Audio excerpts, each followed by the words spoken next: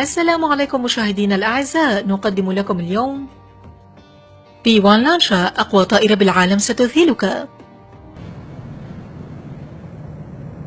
تأتي هذه الطائرة في مقدمة أقوى الطائرات في العالم المستخدمة للحروب وقذف القنابل، وهي أسرع من الصوت. ومن مزاياها البارزة قدرتها على الطيران على ارتفاعات منخفضة وبسرعة عالية مع حمل كمية كبيرة من المتفجرات. وتعمل هذه الطائرة على 4 محركات من نوع F-10-1 تنتج حوالي 30,000 رطل من الدفع، ويمكن للطائرة تحمل التأثيرات الناتجة عن الانفجارات النووية. تستطيع أن تطير في الأجواء العاصفة بسرعة الصوت دون أن يشعر الطاقم بأي اهتزازات، وزودت بأجهزة اتصال فريدة من نوعها قادرة على التغلب على التأثيرات المغناطيسية الكهربائية الناتجة عن الانفجارات النووية والاتصال بالأقمار الصناعية. جسم الطائرة، وهو شبه أحادي ويستخدم في غرف المحركات التيتانيوم، وهو عبارة عن جدران من النار لاستقرار الهيكل في الجو المضطرب، ويشمل أجهزة استشعار توضع في نقاط مختلفة من جسم الطائرة مع مساعدتهم لقياس الانحرافات وتحمل طاقة الهواء. ويستطيع جسم الطائرة أن يحمل بما يقارب 56 طنا من الذخائر داخليا وخارجيا، بينما نظيرتها B-52 تحمل 27 طنا كحد أقصى. وتستطيع الطيران على ارتفاع منخفض يصل إلى 60 مترا فقط.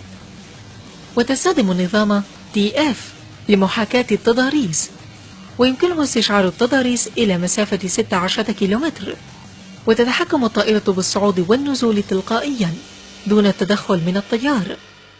تحمل 3 حجرات بحامل دوار لتستوعب كل أنواع الأسلحة بما فيها القنابل النووية، ويمكنه حمل ما يقارب 56 طنا من مختلف أنواع الأسلحة.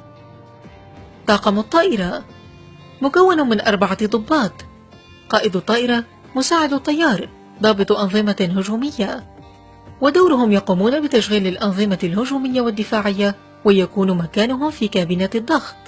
قائد اليسار واليمين يظلون في أجنحة الطيارة.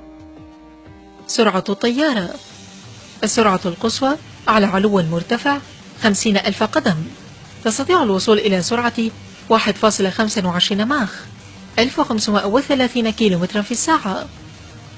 السرعة القصوى على مستوى منخفض من 200 إلى 500 قدم، من 60 إلى 150 متر، تستطيع الوصول إلى سرعة 1136 كيلومترا في الساعة 18,000 متر.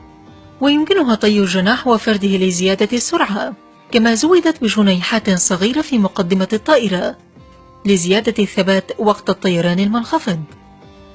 تسليح الطائرة: بها 3 حجيرات داخلية يمكن أن تستوعب بما يقارب 84 قنبلة MK متعددة الأغراض، و84 لقما بحريا MK، ومن 30 إلى 62 قنبلة عنقودية من طراز CPU.